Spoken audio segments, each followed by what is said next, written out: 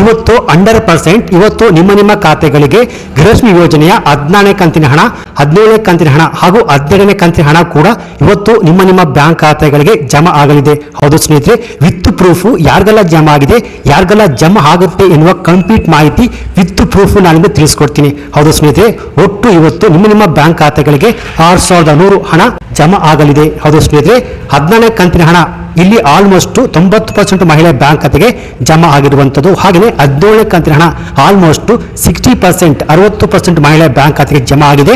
ಹಾಗೆಯೇ 12ನೇ ಕಂತಿನ ಹಣ ಕೂಡ ನಿನ್ನೆಯಿಂದ ಮಹಿಳೆ ಬ್ಯಾಂಕ್ ಖಾತೆ ಜಮಾ ಆಗಲು ಶುರುವಾಗಿದೆ. ಹೌದು ಸ್ನೇಹಿತರೆ, ಸೊ ಇವತ್ತು ಕೂಡ ಬಾಕಿ ಉಳಿದ ಮಹಿಳೆಯರಿಗೆ 16, 17 ಹಾಗೆಯೇ 12ನೇ ಕಂತಿನ ಹಣ ಕೂಡ ಜಮಾ ಆಗಿರುವಂಥದ್ದು. ಹೌದು, ವಿತ್ ಪ್ರೂಫ್ ಯಾರಿಗೆ ಜಮಾ ಆಗಿದೆ ಎನ್ನುವ ಕಂಪ್ಲೀಟ್ ಮಾಹಿತಿ ನನಗೆ ತಿಳಿಸ್ಕೊಡ್ತೀನಿ. ಹೌದು ಸ್ನೇಹಿತರೆ, ಕರ್ನಾಟಕ ರಾಜ್ಯ ಸರ್ಕಾರ ರಾಜ್ಯದ 28 ಜಿಲ್ಲೆಗಳಿಗೂ ರಾಜ್ಯದ ಮಹಿಳೆಯರ ಬ್ಯಾಂಕ್ ಖಾತೆಗೆ ಇವತ್ತು 16, 17, 12ನೇ ಕಂತಿನ ಹಣ ಹಾಗೂ ಅನ್ನಭಾಗ್ಯದ ಉಚಿತ ಅಕ್ಕಿ ಹಣ ಏನು ಪೆಂಡಿಂಗ್ ಇತ್ತು ಆ ಹಣವನ್ನು ಕೂಡ ನಿಮ್ಮ ಬ್ಯಾಂಕ್ ಖಾತೆಗಳಿಗೆ ಜಮಾ ಮಾಡಲಿದ್ದಾರೆ. ಸೊ ಈ ವಿಡಿಯೋವನ್ನು ಸ್ಕಿಪ್ ಮಾಡದೆ ಫುಲ್ ವಿಡಿಯೋ ಕೊನೆವರೆಗೂ ನೋಡಿ. ಹೌದು ಸ್ನೇಹಿತರೆ, ಕಳೆದ 3 ತಿಂಗಳಿಂದ ಅನ್ನಭಾಗ್ಯದ ಹಣ ಹಾಗೆಯೇ ಗೃಹಲಕ್ಷ್ಮಿ ಯೋಜನೆಯ ಹಣ ಬಂದಿಲ್ಲ ಅಂತ ಇದ್ದವರಿಗೆ ಕೊನೆಗೂ ಈಗ ರಾಜ್ಯ ಸರ್ಕಾರ ಭರ್ಜರಿ ಬಂಪರ್ ಗುಡ್ ನ್ಯೂಸ್ ಅನ್ನು ಕೊಟ್ಟಿರುವಂತದ್ದು. ಹೌದು, ಸೊ ಹಾಗೆಯೇ ಇಲ್ಲಿ ರಾಜ್ಯದ FD ಅಂದ್ರೆ ಫೈನಾನ್ಸ್ ಡಿಪಾರ್ಟ್ಮೆಂಟ್ ಇನ್ನು ಮುಂದೆ ಇಂತಹ ಮಹಿಳೆಯರಿಗೆ ಗೃಹಲಕ್ಷ್ಮಿ ಯೋಜನೆ ಅಡಿಯಲ್ಲಿ ಯಾವುದೇ ಕಂತುಗಳ ಹಣ ಕೂಡ ಇನ್ನು ಮುಂದಿನ ಕಂತುಗಳಲ್ಲಿ ಹಣ ಜಮಾ ಮಾಡುವುದಿಲ್ಲ. ಹೌದು ಸ್ನೇಹಿತರೆ, ರಾಜ್ಯ ಸರ್ಕಾರದ FD ಅಂದ್ರೆ ಫೈನಾನ್ಸ್ ಡಿಪಾರ್ಟ್ಮೆಂಟ್ ಈಗ 5 ಹೊಸ ನಿಯಮವನ್ನು, ಹೊಸ ರೂಲ್ಸ್ ಅನ್ನು ಜಾರಿಗೆ ಮಾಡಿದ್ದಾರೆ. ಆ ರೂಲ್ಸ್ ನ ಪ್ರಕಾರ ಇನ್ನು ಮುಂದೆ ಇಂತಹ ಮಹಿಳೆಯರಿಗೆ ಗೃಹಲಕ್ಷ್ಮಿ ಯೋಜನೆ ಅಡಿಯಲ್ಲಿ ಯಾವುದೇ ಹಣ ಕೂಡ ಜಮಾ ಆಗುವುದಿಲ್ಲ. ಸೊ ಬನ್ನಿ ನೋಡೋಣ, ಗೃಹಲಕ್ಷ್ಮಿ ಯೋಜನೆ ಹಣ ಯಾವೆಲ್ಲ ಮಹಿಳೆಯರಿಗೆ ಜಮಾ ಆಗುತ್ತೆ, ಹಾಗೆಯೇ ಇವತ್ತು ಶನಿವಾರ 17 ಮತ್ತು 12ನೇ ಕಂತಿನ ಹಣ ಯಾವೆಲ್ಲ ಮಹಿಳೆಯರಿಗೆ ಜಮಾ ಆಗುತ್ತೆ, ಹಾಗೆಯೇ ವಿತ್ ಪ್ರೂಫ್ ಯಾರಿಗೆಲ್ಲ ಜಮಾ ಆಗಿದೆ ಎನ್ನುವ ಕಂಪ್ಲೀಟ್ ಮಾಹಿತಿ ಸ್ಟೆಪ್ ಬೈ ಸ್ಟೆಪ್ ನಾನು ನಿಮಗೆ ಈ ಒಂದು ವಿಡಿಯೋದಲ್ಲಿ ಕಂಪ್ಲೀಟ್ ಆಗಿ ತಿಳಿಸ್ಕೊಡ್ತೀನಿ. ಸೊ ಬನ್ನಿ ವಿಡಿಯೋವನ್ನು ಶುರು ಮಾಡೋಣ. ಅದಕ್ಕಿಂತ ಮುಂಚೆ ನೀವಿನ್ನು PKV ಕನ್ನಡ ಯೂಟ್ಯೂಬ್ ಚಾನಲ್ಗೆ ಸಬ್ಸ್ಕ್ರೈಬ್ ಮಾಡಿಲ್ಲ ಅಂದ್ರೆ ದಯವಿಟ್ಟು ಇಲ್ಲಿ ಕಾಣುವಂತಹ ಸಬ್ಸ್ಕ್ರೈಬ್ ಬಟನ್ ಪ್ರೆಸ್ ಮಾಡಿಕೊಳ್ಳಿ. ಹಾಗೆಯೇ ಪಕ್ಕದಲ್ಲಿ ಬರುವಂತಹ ಬೆಲ್ ಬಟನ್ ಒತ್ತಿ. ಸೊ ನಾನು ಯಾವುದೋ ಒಂದು ವಿಡಿಯೋವನ್ನು ಅಪ್ಲೋಡ್ ಮಾಡಿದಾಗ ನೀವು ನೋಡಬಹುದು. ಹಾಗೆಯೇ ಅನೇಕ ಜನ ವಿಡಿಯೋವನ್ನು ನೋಡ್ತಾ ಇದ್ದೀರಾ, ಆದ್ರೆ ಸಬ್ಸ್ಕ್ರೈಬ್ ಮಾಡ್ತಿಲ್ಲ. ದಯವಿಟ್ಟು ಸಬ್ಸ್ಕ್ರೈಬ್ ಮಾಡಿಕೊಳ್ಳಿ, ಯಾಕೆಂದ್ರೆ ನೀವು ಮಾಡುವ ಒಂದೇ ಒಂದು ಲೈಕ್ ಮತ್ತೆ ಸಬ್ಸ್ಕ್ರೈಬ್ ಇಂದ ನಿಮಗೆ ಇದೇ ರೀತಿಯಾದ ಉಪಯುಕ್ತ ಮಾಹಿತಿಗಳು ಕಂಟಿನ್ಯೂ ಆಗಿ ಸಿಗುತ್ತೆ. ಹೌದು ಸ್ನೇಹಿತರೆ, ಕಳೆದ 3 ತಿಂಗಳಿಂದ ಗೃಹಲಕ್ಷ್ಮಿ ಯೋಜನೆಯ ಹಣ ನಮ್ಮ ಬ್ಯಾಂಕ್ ಖಾತೆಗೆ ಜಮಾ ಆಗಿಲ್ಲ ಅಂತ ವೇಟ್ ಮಾಡ್ತಿದ್ದವರಿಗೆ ಕೊನೆಗೂ ಈಗ 3 ಕಂತುಗಳ ಹಣ ಒಟ್ಟು 600 ರೂಪಾಯಿ ಹಣ ಜಮಾ ಆಗಿದೆ.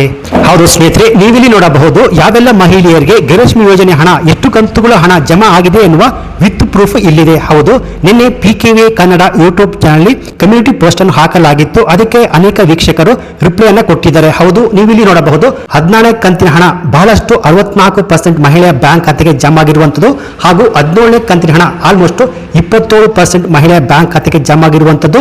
ಹಾಗೆಯೇ 12ನೇ ಕಂತಿನ ಹಣ ಕೂಡ ನಿನ್ನೆಯಿಂದ 10% ಮಹಿಳೆಯ ಬ್ಯಾಂಕ್ ಖಾತೆಗೆ ಜಮಾ ಆಗಿರುವಂತದ್ದು. ಇದು ಬಂದು ನಿನ್ನೆ ಹಾಕಿರುವಂತದ್ದು. ಸೊ ಇವತ್ತು ಕೂಡ ಬೆಳಗ್ಗೆಯಿಂದನೇ 10:30ರಿಂದ ನಿಮ್ಮ ಬ್ಯಾಂಕ್ ಖಾತೆಗೆ ಗೃಹಲಕ್ಷ್ಮಿ ಯೋಜನೆಯ 3 ಕಂತುಗಳ ಹಣ ಕೂಡ ಜಮಾ ಆಗಿರುವಂತದ್ದು. ಹೌದು ಸ್ನೇಹಿತರೆ, ಇಲ್ಲಿ ನಾವು ಸುಮ್ಮನೆ ಹೇಳ್ತಿಲ್ಲ, ವಿತ್ ಪ್ರೂಫ್ ಯಾವೆಲ್ಲ ಮಹಿಳೆಗೆ ಜಮಾ ಆಗಿದೆ ಎನ್ನುವ ಮಾಹಿತಿಯನ್ನು ವೀಕ್ಷಕರೇ ಕಮೆಂಟ್ ಅನ್ನು ಮಾಡಿರುವಂತದ್ದು. ಸಚಿವೆ ಲಕ್ಷ್ಮೀ ಹೆಬ್ಬಾಳ್ಕರ್ ಅವರು ಆಲ್ರೆಡಿ ಹೇಳಿದ್ರು 3 ಕಂತುಗಳ ಹಣ ಪೆಂಡಿಂಗ್ ಇದೆ, ಅದನ್ನು ಆದಷ್ಟು ಬೇಗ ನಿಮ್ಮ ಬ್ಯಾಂಕ್ ಖಾತೆಗೆ ಜಮಾ ಮಾಡ್ತೀವಿ ಎಂದ್ರು. ಸೊ ಹಾಗೆಯೇ 3 ಕಂತುಗಳ ಹಣ ಕೂಡ ಜಮಾ ಆಗಲು ಶುರುವಾಗಿದೆ. ಹಾಗೆಯೇ ಇವತ್ತು ಬಾಕಿ ಉಳಿದವರಿಗೆ 17 ಮತ್ತು 18ನೇ ಕಂತಿನ ಹಣ ನಿಮ್ಮ ಬ್ಯಾಂಕ್ ಖಾತೆಗೆ ಜಮಾ ಆಗಲಿದೆ ಸ್ನೇಹಿತರೆ. ಅಂದ್ರೆ 17 ಮತ್ತು 18ನೇ ಕಂತಿನ ಒಟ್ಟು 400 ರೂಪಾಯಿ ಹಣ, ಇದರ ಜೊತೆಗೆ ಅನ್ನಭಾಗ್ಯದ ಏನು ಪೆಂಡಿಂಗ್ ಇದೆಯೋ 5 ತಿಂಗಳ ಹಣ, ಉಚಿತ ಅಕ್ಕಿ ಹಣ ಏನು ನಿಮ್ಮ ಬ್ಯಾಂಕ್ ಖಾತೆಗೆ ಜಮಾ ಆಗಿಲ್ಲ, ಅದು ಇವತ್ತು ಶನಿವಾರ ನಿಮ್ಮ ಖಾತೆಗಳಿಗೆ ಆಗುವಂತದ್ದು. ಒಟ್ಟು 6100 ಹಣ ಜಮಾ ಆಗುತ್ತೆ. ಸೊ ಹಾಗಾದ್ರೆ ಇಲ್ಲಿ ಹೇಗೆ 6100 ಹಣ ಜಮಾ ಆಗ್ತದೆ ಅಂತ ವಿತ್ ಪ್ರೂಫ್ ಕ್ಲಿಯರ್ ಇನ್ಫಾರ್ಮೇಶನ್ ನಾನು ನಿಮಗೆ ತಿಳಿಸ್ಕೊಡ್ತೀನಿ. ಸೊ ಈ ವಿಡಿಯೋವನ್ನು ಕೊನೆವರೆಗೂ ನೋಡಿ. ಸೊ ಇಲ್ಲಿ ಖುದ್ದಾಗಿ ಸಚಿವೆ ಲಕ್ಷ್ಮೀ ಹೆಬ್ಬಾಳ್ಕರ್ ಅವರೇ ಹೇಳಿರುವ ಮಾಹಿತಿ ಪ್ರಕಾರ 16, 17, 18ನೇ ಕಂತಿನ ಹಣ ಒಟ್ಟು 6100 ಹಣ ಜಮಾ ಮಾಡ್ತೀವಿ ಅಂತ ಗುಡ್ ನ್ಯೂಸ್ ಅನ್ನು ಕೊಟ್ಟಿರುವಂತದ್ದು. ಸೊ ಇಲ್ಲಿ ಆಲ್ರೆಡಿ 16 ಮತ್ತು 17ನೇ ಕಂತಿನ ಹಣ ಜಮಾ ಆಗಿರುವಂತದ್ದು.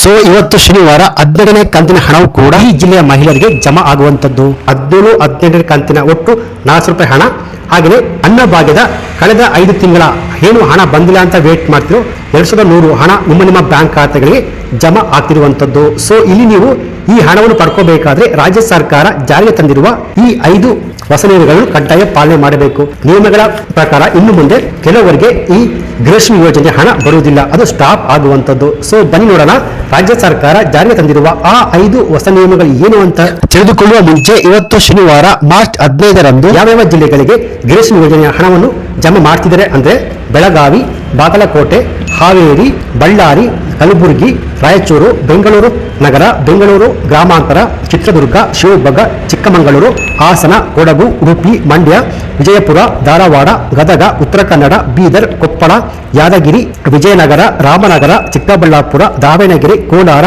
ತುಮಕೂರು, ದಕ್ಷಿಣ ಕನ್ನಡ, ಮೈಸೂರು. ಸೊ 28 ಜಿಲ್ಲೆಯ ಪ್ರತಿಯೊಂದು ಫಲಾನುಭವಿಗಳ ಬ್ಯಾಂಕ್ ಖಾತೆಗೆ ಇವತ್ತು 17 ಮತ್ತು 18 ಕಂತಿನ ಹಣ ₹400 ಜೊತೆಗೆ ಅನ್ನಭಾಗ್ಯದ ಪೆಂಡಿಂಗ್ ಇರುವಂತಹ ಏನು 5 ತಿಂಗಳ ಅಕ್ಕಿ ಹಣ ಬಂದಿರುವ ಆ 2100 ಹಣ ಜಮಾ ಆಗುವಂತದ್ದು.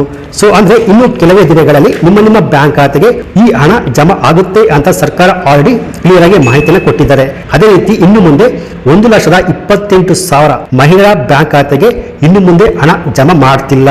ಹೌದು ಸ್ನೇಹಿತರೆ, ಸೊ ಇಲ್ಲಿ ರಾಜ್ಯ ಸರ್ಕಾರ ಆಲ್ರೆಡಿ ಹೇಳುವಂತೆ ಗೃಹಲಕ್ಷ್ಮಿ ಯೋಜನೆ ಅಡಿಯಲ್ಲಿ ಇನ್ನು ಮುಂದೆ ಕೆಲ ಮಹಿಳೆಯರಿಗೆ ಹಣ ಜಮಾ ಆಗುವುದಿಲ್ಲ ಅಂತ ಆಲ್ರೆಡಿ ಹೇಳಿದ್ರು. ಸೊ ಈ 5 ನಿಯಮಗಳ ಪ್ರಕಾರ ಇನ್ನು ಮುಂದೆ ಇಂತಹ ಮಹಿಳಾ ಫಲಾನುಭವಿಗಳ ಬ್ಯಾಂಕ್ ಖಾತೆಗೆ ಗೃಹಲಕ್ಷ್ಮಿ ಯೋಜನೆ ಹಣ ಜಮಾ ಆಗುವುದಿಲ್ಲ. ಸೊ ಆ 5 ನಿಯಮಗಳು ಏನಪ್ಪಾ ಅಂದ್ರೆ, ಮೊದಲನೆಯ ನಿಯಮ, ಗೃಹಲಕ್ಷ್ಮಿ ಯೋಜನೆಯ ಫಲಾನುಭವಿಗಳ ಮನೆಯ ಸದಸ್ಯರು ಕಡ್ಡಾಯವಾಗಿ ತಮ್ಮ ಆಧಾರ್ ಕಾರ್ಡ್ ಅನ್ನು ತಮ್ಮ ರೇಷನ್ ಕಾರ್ಡ್ಗೆ ಲಿಂಕ್ ಮಾಡಿಸಬೇಕು, ಅಂದ್ರೆ KYC ಮಾಡಿಸಬೇಕು. ಇಲ್ಲಿ ಬಹಳಷ್ಟು ಜನರು ಇನ್ನೂ ಕೂಡ KYC ಮಾಡಿಸಿಲ್ಲ. ಸೊ ಯಾರು KYC ಮಾಡಿಸಿಲ್ವೋ ಅವರಿಗೆ ಗೃಹಲಕ್ಷ್ಮಿ ಯೋಜನೆ ಹಣ ಜಮಾ ಆಗುವುದಿಲ್ಲ. ಯಾಕೆಂದ್ರೆ DBT ಮೂಲಕ ಹಣ ನಿಮ್ಮ ಬ್ಯಾಂಕ್ ಖಾತೆಗೆ ಜಮಾ ಆಗಬೇಕು ಅಂದ್ರೆ ಕಡ್ಡಾಯವಾಗಿ ಆಧಾರ್ ಕಾರ್ಡ್ ನಂಬರ್ ರೇಷನ್ ಕಾರ್ಡ್ಗೆ ಲಿಂಕ್ ಮಾಡಿಸಬೇಕು. ಹಾಗೆ ಎರಡನೇ ನಿಯಮ ಏನಪ್ಪಾ ಅಂದ್ರೆ, ಇಲ್ಲಿ ಬಹಳಷ್ಟು ಮಂದಿ ತಮ್ಮ ಆಧಾರ್ ಕಾರ್ಡ್ ಅನ್ನು ಪಡೆದುಕೊಂಡು 15 ವರ್ಷಗಳೇ ಆಗಿದೆ, ಆದರೂ ಇನ್ನೂ ಕೂಡ ತಮ್ಮ ಆಧಾರ್ ಕಾರ್ಡ್ ಅಪ್ಡೇಟ್ ತಿದ್ದುಪಡಿ ಮಾಡಿಸಿಲ್ಲ. ಅಂದ್ರೆ ಯಾವ ಮಹಿಳೆಯರು ಆಧಾರ್ ಕಾರ್ಡ್ ಪಡೆದುಕೊಂಡು 15 ವರ್ಷ ಆಗಿದೆಯೋ ಅವರು ಕಡ್ಡಾಯವಾಗಿ ಆಧಾರ್ ಅಪ್ಡೇಟ್ ಅಥವಾ ತಿದ್ದುಪಡಿ ಮಾಡಿಸಿಕೊಳ್ಳಬೇಕು. ಸೊ 15 ವರ್ಷ ಆಗಿದ್ರು ಕೂಡ ಯಾರು ತಮ್ಮ ಆಧಾರ್ ಕಾರ್ಡ್ ಅನ್ನು ಅಪ್ಡೇಟ್ ಮಾಡಿಸಿಲ್ವೋ ಅವ್ರಿಗೆ ಇನ್ನು ಮುಂದೆ ಗೃಹಲಕ್ಷ್ಮಿ ಯೋಜನೆ ಹಣ ಜಮಾ ಆಗುವುದಿಲ್ಲ.